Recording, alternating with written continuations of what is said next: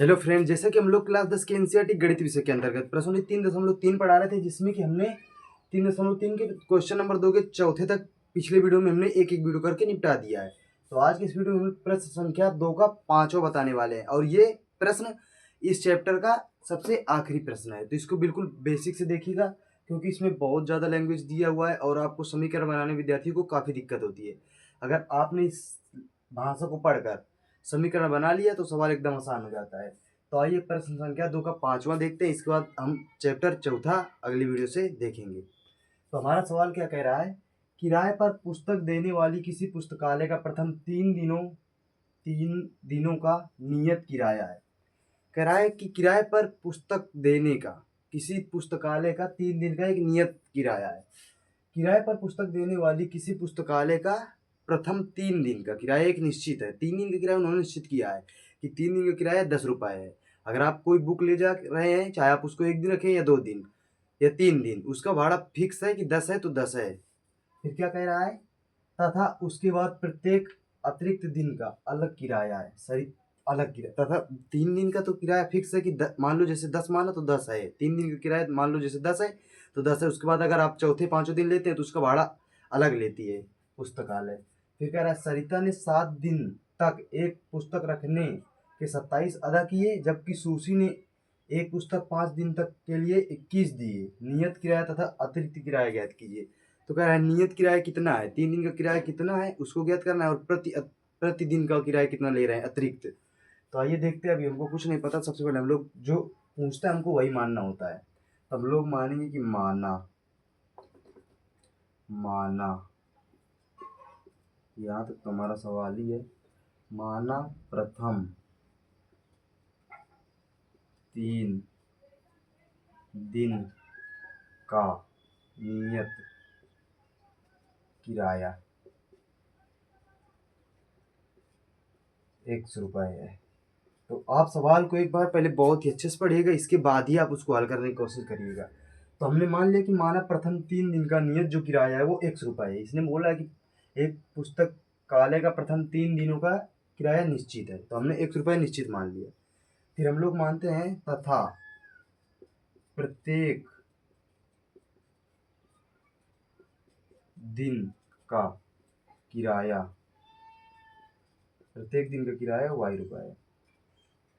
प्रत्येक अतिरिक्त लिख लेना यहाँ पर, अतिरिक्त, प्रत्येक अतिरिक्त दिन का किराया y रुपये। हमने मान लिया कि नियत जो भाड़ा है 100 रुपये है और प्रति अतिरिक्त दिन का जो भाड़ा है y रुपये है। अब हमारा सवाल क्या कहता है उसको देखिएगा।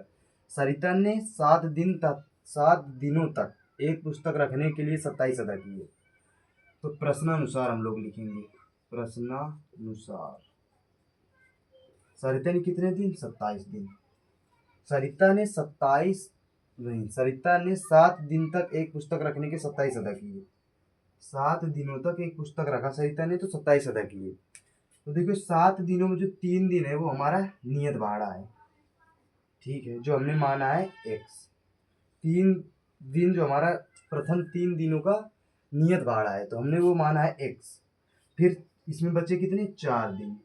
तो 4 दिन का अतिरिक्त भाड़ा में जुड़ेगा, तो हमारा प्रश्न क्या बनेगा, x। क्योंकि 3 दिनों का हमने प्रथम 3 दिनों का नियत भाड़ा हमने 100 रुपये माना है, तो 3 दिनों का x में चला गया, प्लस अब बचे 4 दिन, तो 4 के इसमें गुणा हो जाएगा, तो 4y बराबर कितने अदा किए, 27। तो प्रश्न संख्या 1 बन गई। देखो 7 दिन तक उसने पुस्तक रखे हैं और उसने 27 रुपये अदा किए हैं। तो 7 दिन में देखो 3 दिन तो हमारा नियत भाड़ा है, तो 3 दिन हमने इसमें घटा लिए तो बचे 4 दिन। तो x प्लस 4y बराबर 27। पहला समीकरण हमारा बन गया। अब दूसरे में क्या कह रहा है, तथा जबकि सुशी ने एक पुस्तक 5 दिन रखने के लिए 21 अदा किए। सुशी ने 5 दिन तक रखा तो उसने 21 रुपये दिए।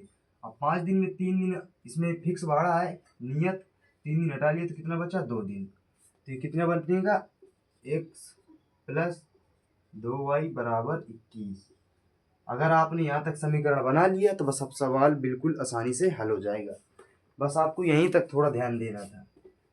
तो आपको आशा करता हूँ एकदम समझ में आ रहा होगा कि मैं कैसे समीकरण बना रहा हूँ। तो देखो विलोपन विधि से हमको पूरे समयावलों को हल करना है इस प्रश्नावली के। देखो x के मान बराबर है तो हम लोग लिख देंगे घटाने पर, घटाने पर।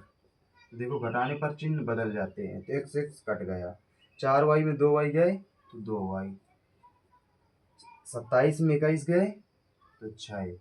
अभी बूढ़े वाला कहाँ जाएगा, बटे में, तो 2y बराबर 6, तो y बराबर 6/2, तो y बराबर 2×3 = 6, तो y का मान 3 निकला। अब y का मान हम समीकरण 1 में रख दें तो x का मान आ जाएगा, तो हम लोग लिखेंगे y का मान समीकरण 1 में रखने पर, 1 में रख देते हैं, आइए, तो x प्लस 4, बूढ़े y का मान कितना है 3 बराबर 27, तो x बराबर चलते ही 12, तो 27 से प्लस के इधर आएगा तो माइनस हो जाएगा, तो x बराबर 15। तो देखो x का मान 15 निकला और y का मान 3। तो हमने क्या माना था, माना प्रथम 3 दिन का नियत भाड़ा x रुपये है, तो x का मान कितना निकला है 15 रुपये। तो हमारा जो प्रथम 3 दिन का जो नियत भाड़ा है वो 15 रुपये है, और जो हमारा प्रति अतिरिक्त दिन का भाड़ा है वो y रुपये है, तथा प्रत्येक अतिरिक्त दिन का किराया y रुपये है। तो इसका मान 3 आया, तो प्रत्येक अतिरिक्त दिन का वो भाड़ा 3 रुपये ले रहे हैं, और प्रथम 3 दिनों का फिक्स भाड़ा 15 रुपये है।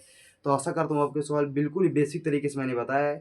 अब मिलते हैं अगली प्रश्नावली में। आज से प्रश्नावली 3.3 खत्म होती है। अब हम लोग चैप्टर 4 पढ़ेंगे, द्विघात समीकरण।